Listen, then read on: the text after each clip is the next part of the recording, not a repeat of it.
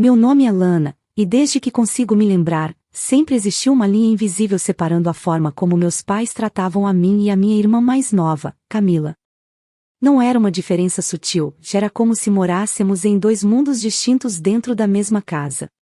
O mundo dela era colorido, cheio de mimos, elogios e atenção, enquanto o meu era cinzento, carregado de silêncio, cobranças e ausências. Eu passava horas observando, sem dizer uma palavra, o modo como eles se derretiam diante de qualquer gesto dela. Camila mostrava um desenho rabiscado, e meu pai exclamava: "Isso é maravilhoso, filha, você tem um dom." Ela cantava algumas notas desafinadas e minha mãe aplaudia de pé, como se estivesse diante de uma estrela. E eu, quando trazia um boletim impecável ou um certificado da escola, recebia apenas um olhar rápido, acompanhado de frases secas. "É sua obrigação, Lana." Era assim que tudo se resumia. A casa onde morávamos era simples, mas havia diferenças até nos cômodos. Camila tinha o quarto maior, com paredes cor-de-rosa e estante cheia de brinquedos novos que ela raramente usava.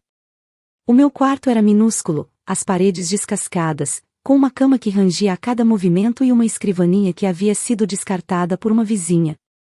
Muitas vezes eu preferia estudar na mesa da cozinha, mas mesmo ali a presença dela dominava, porque sempre me chamavam para ajudá-la em vez de me deixarem concentrar. Recordo-me de um dia em especial. A escola havia promovido um concurso de redação, e a minha foi escolhida como a melhor. Quando a professora me entregou o certificado, meu coração pulsava de orgulho. Corri para casa segurando o papel como se fosse um troféu. Entrei na cozinha, onde minha mãe preparava o jantar, e estendi o certificado. "Olha, mãe, eu ganhei na escola." Ela pegou o papel com indiferença, olhou por alguns segundos e deixou-o sobre a mesa sem emoção. "Muito bem, Lana. Agora vá lavar as mãos e ajude Camila a se arrumar, ela tem uma apresentação de dança hoje." Naquele mesmo dia, à noite, estávamos todos na escola para ver Camila dançar. Ela subiu ao palco com passos inseguros, errou a coreografia algumas vezes, mas nada disso importava. Meus pais estavam na plateia filmando, batendo palmas, sorrindo como se presenciassem algo extraordinário. Eu estava sentada na última fileira, o certificado amassado dentro da minha mochila, sentindo a realidade cravar dentro de mim. Nada do que eu fizesse jamais seria suficiente. As refeições em família eram outro reflexo dessa diferença. Camila sempre recebia o melhor pedaço da carne, a fatia maior do bolo, a sobremesa favorita. Um dia, não aguentei e perguntei: "Por que a Camila sempre fica com a maior parte?" Minha mãe respondeu sem titubear: "Ela é mais nova, precisa ser mimada." Meu pai completou rindo: "Você já é forte, Lana, aguenta qualquer coisa." As palavras ficaram gravadas como ferro em brasa dentro de mim. Minha força, ao invés de ser reconhecida, era usada como justificativa para me negarem carinho. Eu encontrava refúgio nos livros da biblioteca da escola. Ali, no silêncio das páginas, eu me permitia sonhar com vidas diferentes, com futuros em que eu era protagonista e não figurante. Muitas vezes lia escondida debaixo das cobertas, iluminada apenas pela lanterna pequena que guardei por anos, porque minha mãe dizia que eu perdia tempo.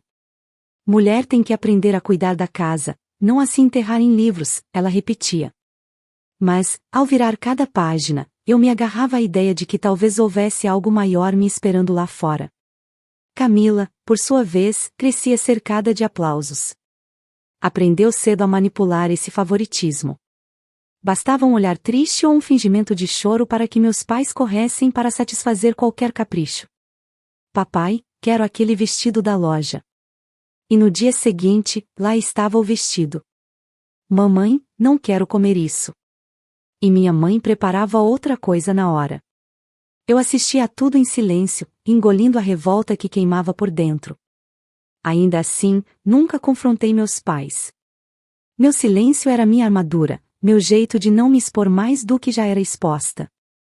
Talvez, no fundo, eu ainda tivesse esperança de que um dia eles me olhariam diferente, que sentiriam orgulho verdadeiro de mim. Mas esse dia nunca chegava.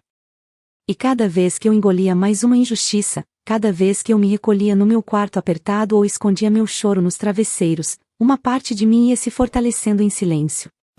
Naquela fase da minha vida, eu ainda não compreendia, mas cada olhar frio, cada palavra indiferente, cada momento de invisibilidade estava forjando algo dentro de mim. O silêncio, que era minha prisão, também estava se transformando na minha maior arma. E eu, a filha esquecida, já começava a carregar dentro de mim a chama da força que um dia faria toda a diferença. A adolescência chegou para mim como uma tempestade silenciosa. Enquanto muitas meninas da minha idade descobriam novas amizades, paixões e conquistas, eu descobria o peso da invisibilidade crescendo ainda mais dentro da minha própria casa. Camila florescia sob os olhos atentos de meus pais, cada passo dela era acompanhado de elogios exagerados, enquanto os meus eram ignorados como se não existissem. Na escola, eu me destacava. Não porque quisesse chamar atenção, mas porque estudar era a única forma de me sentir livre. Cada livro lido, cada fórmula aprendida, era como uma porta que eu mesma abria para fugir do confinamento emocional que existia dentro daquelas paredes. Lembro-me de ter ficado entre as melhores da turma em matemática, e minha professora chegou a telefonar para minha mãe para parabenizá-la. Quando desligou, ela simplesmente comentou: "É bom que você estude, Lana, pelo menos assim pode ser útil um dia." Não havia orgulho, não havia brilho nos olhos, apenas a mesma frieza de sempre. Enquanto isso, Camila se tornava a estrela da família. Aos 13 anos, ganhou aulas particulares de balé, aulas de canto e até um celular novo que meu pai fez questão de mostrar para todos os vizinhos. "Ela merece, é a nossa menina de ouro", ele dizia com o peito estufado. Eu, que sempre ajudava a pagar parte das minhas coisas com trabalhos extras na escola, não ousava pedir nada. Já tinha entendido a regra não escrita: não havia espaço para meus desejos naquela casa. Foi nessa época que comecei a trabalhar de verdade. Aos 15 anos, arrumei um emprego de meio período em uma papelaria perto da escola. Não era muito, organizava prateleiras, embalava presentes, anotava pedidos, mas o dinheiro que ganhava me dava um pouco de liberdade. Eu comprava meus próprios cadernos, às vezes até um livro que não conseguia pegar na biblioteca, e, de vez em quando, uma roupa nova. Cada compra era uma conquista secreta, um lembrete de que eu podia sobreviver sem depender de ninguém. Em casa, no entanto, isso só aumentava as cobranças. "Já que você trabalha, ajude mais nas contas", dizia meu pai. E lá ia eu entregar parte do pouco que ganhava, enquanto Camila continuava recebendo tudo sem nunca precisar levantar um dedo.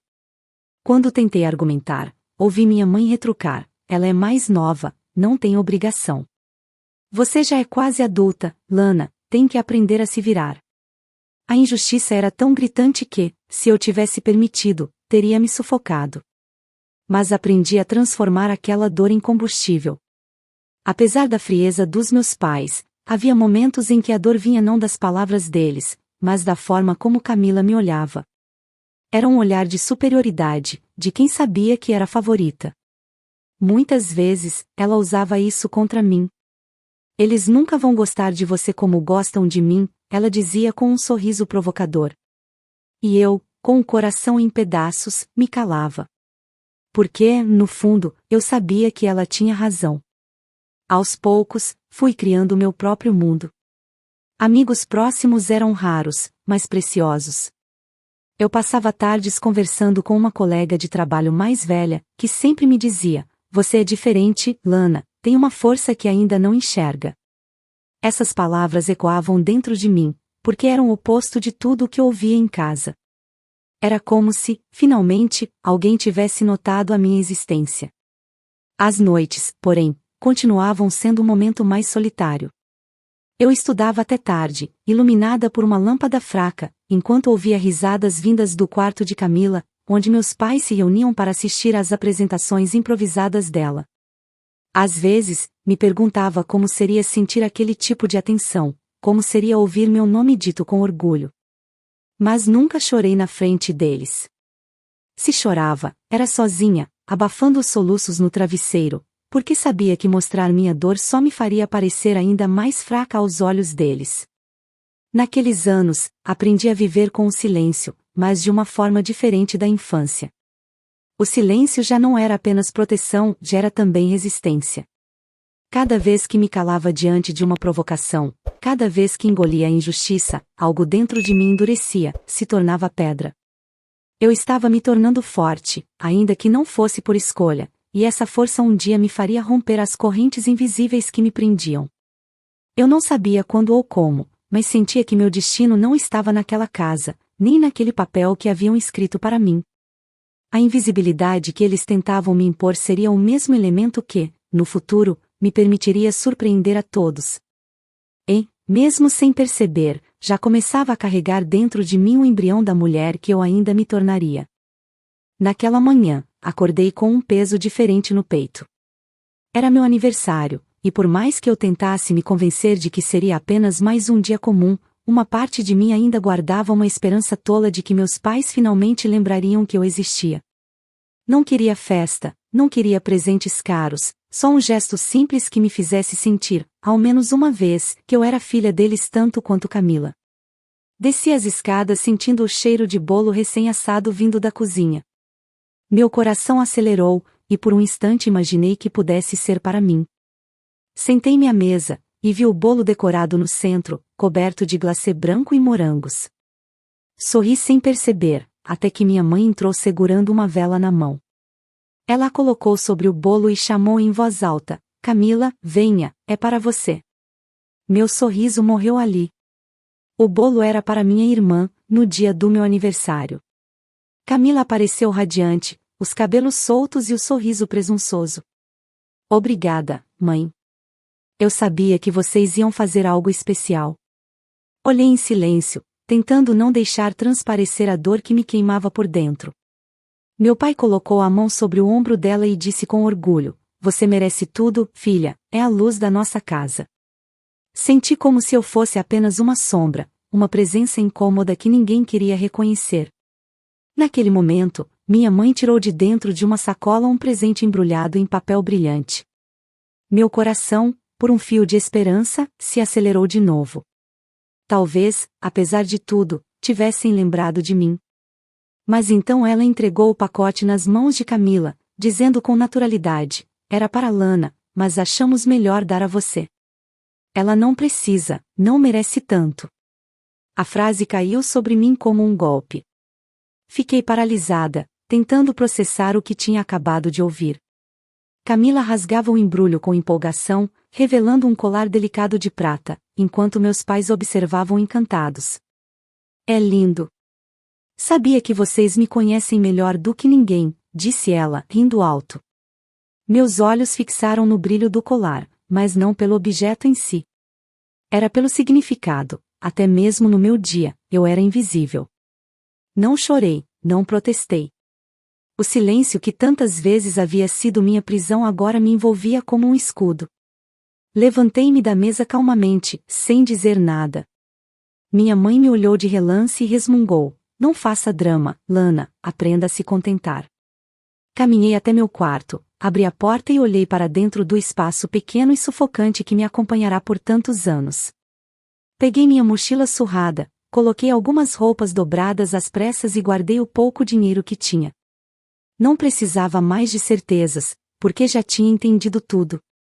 Aquele não era meu lar, nunca havia sido.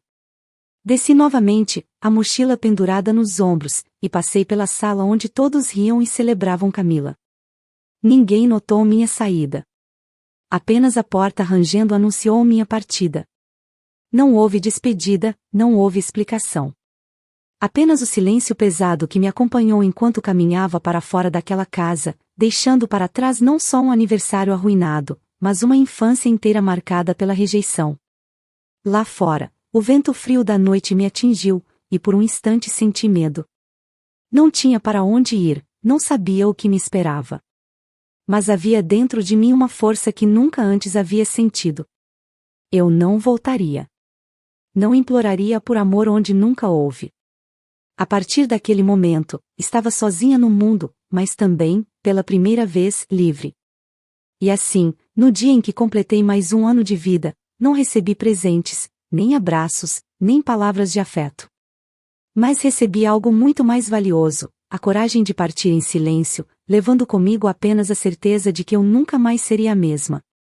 A primeira noite fora de casa foi um mergulho brutal na realidade. Caminhei sem rumo até não sentir mais minhas pernas. O céu estava encoberto, e cada passo parecia me afastar mais daquilo que um dia chamei de lar, embora nunca tivesse sentido que realmente fosse. Acabei me abrigando em uma praça, sentada em um banco frio de concreto, abraçando minha mochila como se fosse meu único bem precioso.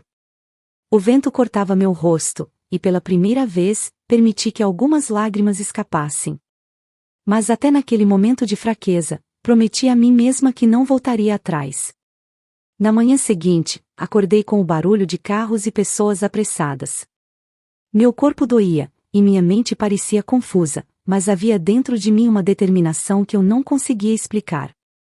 Comi um pão que comprei com as últimas moedas que tinha e decidi que precisava encontrar um trabalho. Não podia me dar ao luxo de depender da boa vontade de estranhos, porque já havia aprendido, dentro da minha própria família, que depender dos outros significava esperar por migalhas. Passei o dia entrando em pequenas lojas, perguntando se precisavam de alguém. A maioria dizia não, alguns sequer me olhavam nos olhos.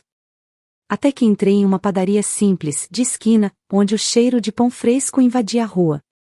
O dono, um homem de meia idade chamado Sr. Alberto, me olhou de cima a baixo e perguntou: "Você sabe trabalhar?" Eu respondi sem hesitar: "Sei aprender." Talvez tenha sido a firmeza no meu tom, ou o desespero estampado nos meus olhos, mas ele acabou me dando uma chance. No início, minhas tarefas eram simples: varrer o chão, limpar mesas, organizar prateleiras. O salário era pouco, mas suficiente para pagar um quarto minúsculo em uma pensão. O lugar era úmido, com paredes descascadas e cheiro de mofo, mas para mim era um refúgio. Deitava na cama fina, olhando para o teto rachado, e me sentia estranhamente orgulhosa.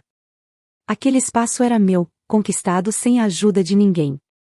Os dias eram longos. Eu acordava antes do sol nascer, caminhava até a padaria e passava horas em pé, atendendo clientes, carregando sacos de farinha, lavando louças. Meus pés doíam, minhas mãos ficavam ásperas, mas eu não reclamava. No fundo, cada esforço era um lembrete de que eu estava construindo algo novo, mesmo que começasse pequeno. O silêncio que me acompanhava já não era mais vazio, já era resistência. À noite, exausta, ainda encontrava forças para estudar. Eu me matriculei em um curso supletivo gratuito que acontecia em uma escola pública perto da pensão. As salas eram cheias, os professores cansados, mas cada lição que aprendia era um tijolo colocado no alicerce do futuro que eu sonhava. Enquanto muitos colegas viam as aulas como obrigação, eu as encarava como um bilhete de saída, a chave que poderia abrir portas que ainda nem conseguia imaginar. Com o tempo, comecei a economizar. Guardava moedas em um pote escondido debaixo da cama. Não era muito, mas eu olhava para aquele pequeno tesouro com orgulho. Lembro-me da primeira vez que consegui comprar um par de sapatos novos com meu próprio dinheiro. Eles não eram bonitos nem caros, mas quando os calcei, senti como se tivesse colocado nos pés não apenas couro e sola, mas também dignidade. Apesar do progresso, havia noites em que a solidão me engolia. Eu me perguntava como estaria Camila, provavelmente rindo em algum jantar confortável, recebendo dos meus pais a atenção que sempre foi negada a mim. Mas, ao invés de me corroer, essa lembrança se transformava em combustível. Cada vez que pensava neles, repetia para mim mesma: "Eu vou conseguir, e não será por vocês. Será apesar de vocês." Foi nesse período que comecei a descobrir algo dentro de mim que jamais teria encontrado se tivesse ficado naquela casa: a sensação de liberdade. Pela primeira vez, minhas escolhas eram minhas. Eu decidia quando trabalhar, quando estudar, quando descansar. Eu não era a sombra de ninguém, não vivia sob a comparação constante com Camila. Era apenas eu, com minhas falhas, minhas forças e meus sonhos. A vida ainda era dura, mas o peso que carregava já não era o da rejeição, e sim o do esforço. E esse peso, ao contrário do outro, não me esmagava, me fortalecia. A cada dia que passava, eu me erguia um pouco mais. Eu não tinha presente de aniversário, não tinha abraços, não tinha o amor dos meus pais. Mas, pela primeira vez, tinha algo que valia infinitamente mais: a certeza de que eu podia sobreviver sozinha. E naquele quarto apertado, deitada em um colchão gasto, compreendi algo importante. Não precisava que eles me dessem valor para eu ter valor. Eu era suficiente. E, um dia, faria o mundo enxergar isso. Com o tempo, os dias na padaria deixaram de ser apenas uma forma de sobreviver e começaram a me ensinar mais do que eu jamais teria imaginado. O Sr. Alberto, apesar do jeito sério e às vezes até ríspido, tinha um olhar atento. Observava como eu me dedicava a cada tarefa, mesmo as mais simples. Certa vez, enquanto eu organizava a vitrine de pães com cuidado quase exagerado, ele me disse: "Você tem jeito para negócios, menina. Trabalha como se cada detalhe fosse importante." Essas palavras, vindas de alguém que mal me conhecia, tiveram mais peso do que todos os anos da indiferença dos meus pais. Foi ali que minha visão começou a mudar. Passei a reparar em coisas que antes me escapavam: o horário em que a padaria vendia mais, os produtos que ficavam parados, as preferências dos clientes fiéis. Cada movimento era uma lição silenciosa. Eu anotava mentalmente tudo, como se estivesse construindo um mapa invisível. E, à noite, no meu quarto pequeno da pensão, abria meus cadernos e transformava aquelas observações em anotações, gráficos improvisados e ideias de como poderia melhorar as vendas. Paralelamente, continuei estudando. O supletivo abriu portas, e logo consegui ingressar em um curso técnico em administração. Não era fácil conciliar o trabalho pesado na padaria com as aulas noturnas, mas eu me agarrava àquilo como quem segura uma corda em meio à correnteza. Muitas vezes chegava à sala com as mãos ainda cheirando a fermento, os olhos ardendo de sono, mas sentava-me na primeira fileira, determinada a absorver cada palavra. Alguns colegas riam da minha aparência cansada, mas eu sabia que estava construindo algo que eles não podiam ver. Depois de 2 anos trabalhando na padaria, consegui juntar um valor que para mim era uma fortuna. Era o resultado de noites mal dormidas, refeições puladas e incontáveis horas de esforço. Em vez de gastar em coisas fúteis, como Camila provavelmente faria, eu decidi investir. Procurei uma senhora da pensão que vendia doces caseiros e pedi que me ensinasse algumas receitas. Comprei ingredientes simples e comecei a preparar bolos e brigadeiros para vender. No início, as vendas eram tímidas, mas logo os clientes da padaria começaram a comprar meus doces junto com o pão. Alguns até voltavam apenas por eles. Foi aí que percebi: eu tinha encontrado uma brecha, uma oportunidade. Em pouco tempo, passei a fazer entregas em escolas e escritórios da região, levando tudo em uma sacola grande, com o coração pulsando de orgulho a cada moeda que recebia. O Sr. Alberto percebeu meu esforço e, em vez de me desanimar, me incentivou. "Se continuar assim, logo terá sua própria padaria", disse em tom meio brincalhão. Mas eu levei aquilo a sério. Comecei a pesquisar, a estudar gestão de pequenos negócios, a entender sobre finanças, mesmo que fosse apenas com vídeos gratuitos e apostilas velhas. Eu queria aprender cada detalhe que pudesse me preparar para dar o próximo passo. Havia dias em que o cansaço parecia insuportável. Meus pés doíam, minha coluna latejava, e o sono me arrastava para baixo. Mas, quando pensava nos meus pais e na forma como me descartaram no meu aniversário, uma chama reacendia dentro de mim. Eu repetia em silêncio: "Eu vou vencer." Não para provar nada a eles, mas para mostrar a mim mesma que posso. Com o tempo, a semente que plantei começou a dar frutos. Minhas vendas cresceram, meu nome começou a ser conhecido na vizinhança, e o dinheiro guardado no pote debaixo da cama deu lugar a uma conta bancária com saldo positivo. Não era muito, mas era meu.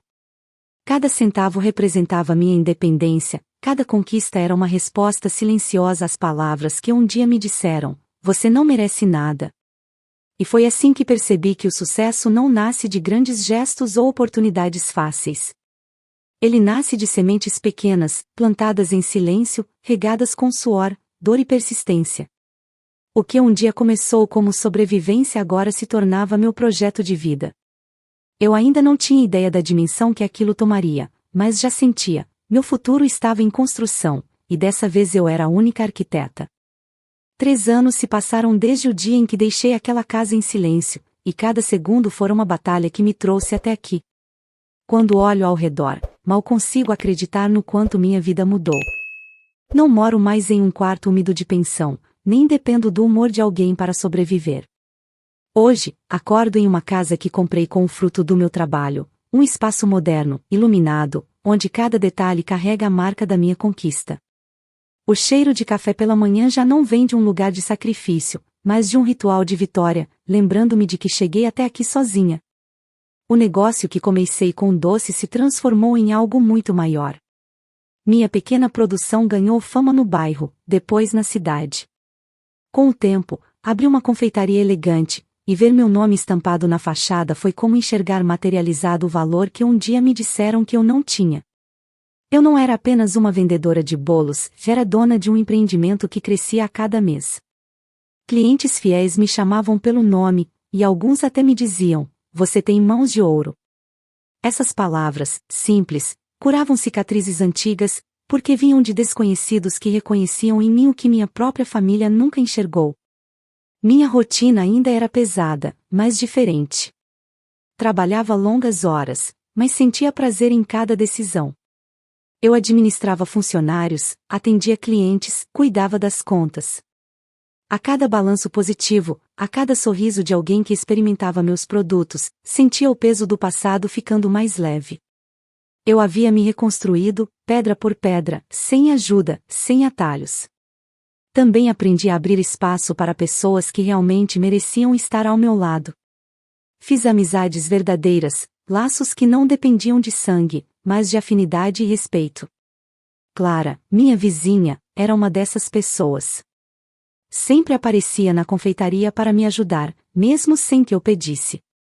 "Você merece tudo isso, Lana, porque nunca deixou de lutar", ela dizia, e essas palavras tinham um calor que eu jamais senti vindo de meus pais. Apesar de toda a transformação, havia noites em que o silêncio ainda me engolia. Às vezes, deitada na minha cama confortável, lembrava do colar que tiraram de mim no meu aniversário, do bolo que nunca foi meu, das risadas que me expulsaram de casa sem palavras. Não sentia saudade deles, mas uma cicatriz profunda permanecia ali, como um lembrete de que fui descartada por quem deveria me proteger. Nessas horas, respirava fundo e me lembrava de que não precisava da aprovação deles para existir.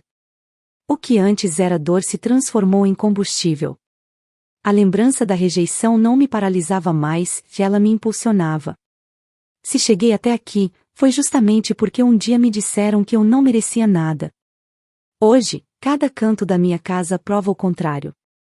Cada detalhe, do sofá escolhido com cuidado às plantas que coloco na varanda, carrega um significado maior, a certeza de que eu sou capaz.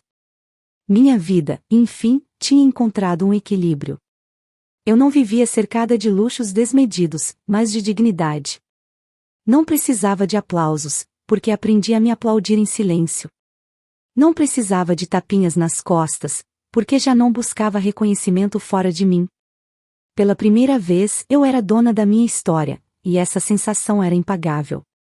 E foi nesse estado de paz que algo inesperado aconteceu. O passado, que eu acreditava ter enterrado, decidiu bater à minha porta. Uma visita que não pedi, rostos que eu jurava nunca mais ver, estavam prestes a invadir novamente a minha vida. Eu ainda não sabia o que fariam ou o que diriam, mas uma coisa era certa: a Lana que eles conheceram já não existia. A mulher que abriria a porta agora estava pronta para enfrentar qualquer fantasma. Era uma manhã comum, dessas em que eu já me acostumara a acordar com a luz suave entrando pelas cortinas da minha nova casa. O cheiro de café preenchia o ar e, por alguns instantes, minha vida parecia perfeita em sua simplicidade. Mas o som da campainha quebrou a paz, estridente e insistente. Quando abri a porta, o passado estava ali, em carne e osso, meus pais e Camila. O impacto daquela visão me fez congelar por alguns segundos. Eles estavam diante de mim como se o tempo não tivesse passado, mas algo neles havia mudado. Não eram os mesmos rostos triunfantes e seguros que guardava na memória. Havia marcas de preocupação, talvez até de desgaste. Camila, no entanto, mantinha aquele olhar arrogante que sempre carregou, como se a vida fosse obrigada a curvar-se diante dela. Você está morando aqui mesmo? Minha mãe perguntou, com a voz carregada de incredulidade. Seus olhos percorriam cada detalhe da entrada da casa, como se buscassem uma falha, algo que provasse que aquilo não era realmente meu. Meu pai deu um passo à frente, observando o ambiente com um olhar avaliador. Bonito lugar, mas não combina com você. Ele falou com um tom frio, como se fosse impossível aceitar que aquela conquista fosse resultado do meu esforço. Camila sorriu, o mesmo sorriso presunçoso que me perseguira desde a infância. É grande demais para você, Lana. Você sempre foi simples, nunca teve gosto para nada. Essa casa ficaria melhor comigo. As palavras dela ecoaram dentro de mim como ecos antigos, lembranças de todas as vezes que fui diminuída, ignorada, anulada. Mas eu não era mais aquela menina que se calava com lágrimas nos olhos. Continuei em silêncio por alguns segundos, apenas observando cada expressão deles, como se estivesse diante de uma peça mal ensaiada. É impressionante, pensei, como 3 anos podem passar e, ainda assim, eles continuarem acreditando que eu não mereço nada. Minha mãe entrou sem pedir permissão, olhando para os móveis, as cortinas, os quadros. Você não acha, Lana, que sua irmã se adaptaria melhor a esse lugar? Ela merece. Sempre foi a filha que nos deu orgulho. Meu pai cruzou os braços, concordando com um aceno. Você teve sorte, Lana. Mas sorte não dura para sempre. E se você fosse esperta, entenderia que sua irmã é quem deveria estar aqui. O silêncio que outrora era dor agora era minha arma. Eu os deixei falar, derramarem todo o veneno que sempre usaram para me ferir, enquanto eu os encarava firme, sem desviar os olhos. Por dentro, a lembrança do meu aniversário voltou como um filme, o bolo que não era meu, o presente roubado, a frase cruel que me expulsara em silêncio daquela casa. Camila se aproximou, tocando a parede da sala como se já fosse dela. Imagine só, mamãe, se eu morasse aqui, essa casa teria vida de verdade. Não é o tipo de lugar para alguém apagada como ela. Meu coração bateu forte, não de dor, mas de indignação. 3 anos de silêncio, 3 anos de luta, 3 anos em que aprendi a sobreviver sozinha, e agora eles estavam ali, tentando me arrancar de novo o que era meu. Mas a diferença é que, desta vez, eu tinha algo que nunca tive antes: poder. Eu respirei fundo, me levantei devagar e encarei os 3. Eles esperavam talvez que eu explodisse, que gritasse ou chorasse, mas não. Minha resposta estava guardada, fria e calculada, pronta para ser lançada no momento certo.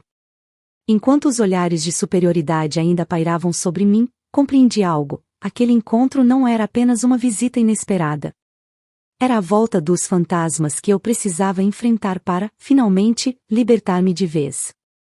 E, ao olhar para minha família diante de mim, percebi que o silêncio que antes me aprisionava agora seria a lâmina que os cortaria. Fiquei em pé diante deles, respirando devagar, como quem mede cada segundo antes de dar o golpe final. Meus pais continuavam olhando ao redor, examinando cada detalhe da minha casa como se já estivessem planejando onde colocariam seus móveis. Camila, com o olhar vitorioso de sempre, parecia acreditar que bastava abrir a boca para que eu me curvasse. Mas desta vez, não seria assim. Vocês realmente acham que podem simplesmente aparecer aqui e decidir o que me pertence? Perguntei, em um tom calmo, mas firme. Eles não estavam acostumados a ouvir minha voz desse jeito. Meu pai arqueou a sobrancelha, quase debochado, e respondeu: você só está ocupando um espaço que não é seu. Essa vida não é para você, Lana. Aceite. Sua irmã sempre mereceu mais. Minha mãe assentiu, como se repetisse um mantra antigo. Camila tem brilho, presença. Você sempre foi apagada. Eu sorri de leve. Não um sorriso de alegria, mas de ironia. Durante anos, carreguei o peso de não ser suficiente, de ser invisível. Mas agora, aquele mesmo silêncio que me esmagava era o que me dava poder. Eles ainda não tinham entendido que eu não era mais a menina que saiu de casa de cabeça baixa. Dei alguns passos em direção a Camila, que recuou um pouco, surpresa com a firmeza do meu olhar. Engraçado, disse eu, quase em tom de confidência, vocês sempre me disseram que eu não merecia nada. E agora, depois de 3 anos, aparecem aqui para dizer que merecem o que é meu. Fiz uma pausa, deixando que o peso das palavras caísse no ar. Meu pai franziu a testa, tentando manter a autoridade que sempre exerceu. Não vamos discutir, Lana. Essa casa não tem nada a ver com você. Sua irmã vai morar aqui. É melhor aceitar. Foi nesse momento que soltei a bomba que vinha guardando. Cruzei os braços, firme, e revelei: a casa onde vocês moram de aluguel, não é mais de vocês. Eu a comprei. O silêncio que se seguiu foi ensurdecedor. Vi a cor sumir do rosto de minha mãe, a arrogância de Camila vacilar e a expressão de incredulidade tomar conta do meu pai. Eles se entreolharam como se buscassem uma saída, mas não havia. Aquele era o golpe final, e eu o dei com a mesma calma com que carreguei o peso do abandono por tantos anos. Vocês têm 24 horas para sair, continuei, minha voz cortando o ar como uma lâmina. Não comprei aquela casa para morar nela. Comprei para encerrar um ciclo. Comprei para que vocês sentissem, ao menos uma vez, o que é perder um lar. Camila arregalou os olhos, a boca entreaberta, sem palavras. Minha mãe murmurou: você não pode estar falando sério. E meu pai, tentando se recompor, disse em tom duro: isso é crueldade, Lana. Como ousa tratar seus próprios pais assim? Crueldade. A palavra me atingiu, mas não como eles esperavam. Era quase cômico ouvir isso da boca deles. Respirei fundo e respondi, olhando diretamente para ele: crueldade foi o que fizeram comigo a vida inteira. Eu apenas aprendi a não me calar mais. Não houve gritos, não houve lágrimas. Apenas o silêncio pesado que encheu a sala, um silêncio que desta vez não era meu fardo, mas meu triunfo. Eles não tinham mais poder sobre mim. Estavam diante da mulher que sobrevivera sem nada deles e que, agora, era dona não apenas da própria vida, mas também do destino deles. Enquanto os olhava, percebi que aquele momento era mais do que uma vingança. Era a libertação definitiva. Eu não precisava gritar para ser ouvida, não precisava implorar por reconhecimento. Bastava o silêncio, o mesmo silêncio que eles me ensinaram a carregar, para colocar cada um deles no lugar que sempre foi deles. E, ao fechar os olhos por um instante, soube que, quando as 24 horas se esgotassem, não seria apenas uma casa que ficaria para trás. Seria toda uma vida de dor e invisibilidade. Eu finalmente estava livre. As 24 horas que dei a eles não foram apenas um prazo, foram a linha divisória entre o passado e o futuro. No início, pensei que talvez não levassem minhas palavras a sério, afinal, eu sempre havia sido a filha que se calava diante das injustiças. Mas quando voltei à casa que agora me pertencia e encontrei as malas empilhadas na calçada, percebi que, pela primeira vez, eles me ouviram. E obedeceram. Minha mãe estava sentada em cima de uma das malas, o rosto abatido, os olhos marejados. Não parecia mais a mulher que tantas vezes me olhara com frieza, agora era apenas alguém perdido, sem chão. Você não precisava chegar a esse ponto, Lana, murmurou, evitando me encarar. Pela primeira vez, vi nela um vislumbre de arrependimento, mas não era suficiente. Eram lágrimas tardias, incapazes de apagar anos de silêncio e desprezo. Meu pai estava ao lado, rígido, mas não havia autoridade em sua postura. O homem que sempre se vangloriava de ter o controle da família agora não passava de uma sombra cansada. Você acha que venceu, mas um dia vai entender que a família é o que mais importa, disse ele, em tom grave. Mas sua voz não tinha a firmeza de antes. Era quase um pedido desesperado para manter uma verdade que já não existia. Camila, por sua vez, era a que mais me observava. Não havia lágrimas em seus olhos, apenas incredulidade e raiva contida. Você sempre foi invejosa, Lana, cuspiu as palavras como se fossem veneno. Fez tudo isso só para me prejudicar. Você não mudou nada, continua sendo a mesma sombra amarga. Olhei para ela e senti algo curioso, pena. Camila ainda não entendia que o mundo não a trataria como meus pais sempre a trataram. O pedestal em que viveu a vida inteira tinha sido erguido com ilusões, e agora estava ruindo. Ela não sabia trabalhar, não sabia lutar, não sabia resistir. A arrogância que a definia era apenas uma fachada, e cedo ou tarde, teria que encarar a realidade. Eu não respondi a nenhum dos três. Apenas os encarei em silêncio, o mesmo silêncio que carreguei durante toda a vida. Mas, agora, esse silêncio não era dor. Era a resposta. Era o fim. Quando eles finalmente saíram com as malas, fechando a porta atrás de si, senti uma paz que nunca havia experimentado.